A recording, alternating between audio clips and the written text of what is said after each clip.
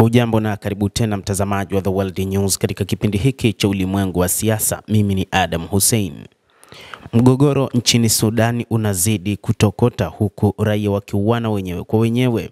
Rais wa Marekani Donald Trump kutokana na hayo amesema kwamba atamaliza mzozo huo wa wenyewe kwa wenyewe nchini Sudan. Hii ni kufuatia ombi la mwanamfalme wa Saudi Arabia Mohammed bin Salman.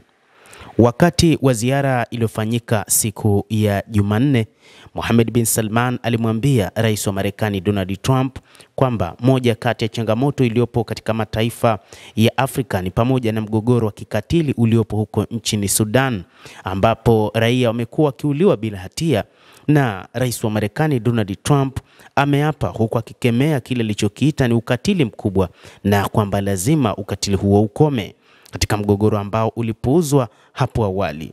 Alikiri kuwa vita vinavyoendelea kati ya jeshi la Sudan na wanamgambo wa RSF havikuwa kwenye orodha yake kabla ya kiongozi huyo wa Saudi Arabia kumsukuma kuingilia kati.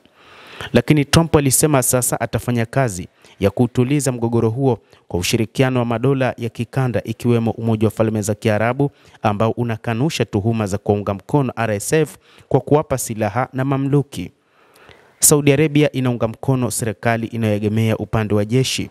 Trump alitoa kauli hizo katika jukwaa la kibiashara na mwanamfalme wa Saudi Arabia siku moja baada ya kumkaribisha katika ikulu ya White House, huku akisema vita vya Sudan vinazidi kuumiza raia wasiokuwa na hatia.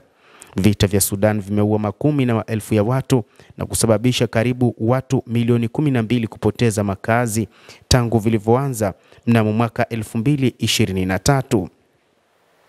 Mjumbe wa rais wa Marekani Donald Trump katika Afrika, Masad Balouz, amesema vita vya Sudan ni mgogoro mkubwa zaidi wa kibinadamu duniani na kuwa lazima watu waone maendeleo ya kidiplomasia kuelekea amani ya kutatua mzozo huo. Akizungumza na shirika la habari la Ufaransa AFP huko Doha, alisema hasa kilichotokea El Fasher katika wiki 2 au 3 zilizopita, sote tumeona video hizo, tumeona ripoti hiyo. Ukatili huo haukubaliki kabisa, anasema. Hili lazima likome haraka sana.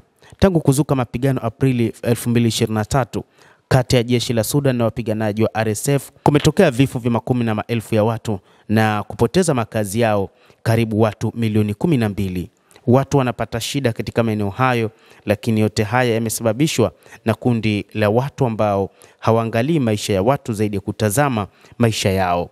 Umoja wa Mataifa umesema kwamba dunia imepuuza sana ukatili ambao unashuhudiwa huko Darfur, ambapo mratibu mkuu wa Umoja wa Mataifa anayehusika na misaada ya kibinadamu Tom Fletcher ametahadharisha kuwa vitendo vya ukatili vinavyoendelea huko Sudan vinapuuzwa na wahusika hawajawajibishwa kabisa. Lakini lazima dunia ifahamu hali si nzuri huko nchini Sudan. Fletcher alisema dunia haizingatii vya kutosha mgogoro wa Darfur huko Sudan na kwamba kumeshuhudiwa hali ya kutojali mateso makubwa yanayoshuhudiwa, huku akitoa wito wa kuwalinda raia. Nilikutana pia na wawakilishi wa RSF na kuwaeleza kwamba tunahitaji uwajibikaji kamili kwa ukatili uliotokea El Fasher na kuwa tunasisitiza raia walindwe kikamilifu, na tunalizingatia hilo na tunahimiza hayo kwa pande zote mbili katika mzozo huo. Tangu wanamgambo wa RSF walipochukua udhibiti wa mji wa El Fasher, Umoja wa Mataifa umesema karibu watu 100,000 wameukimbia mji huo kuelekea katika maeneo jirani, huku makumi ya maelfu wakiwa bado wamenaswa katika mazingira magumu. Mtazamaji wa The World News, endelea kutufuatilia, lakini usisahau kulike, usisahau kucomment, kadhalika na kusubscribe channel yetu hii ili upate habari hizi kwa mapana kupitia The World News.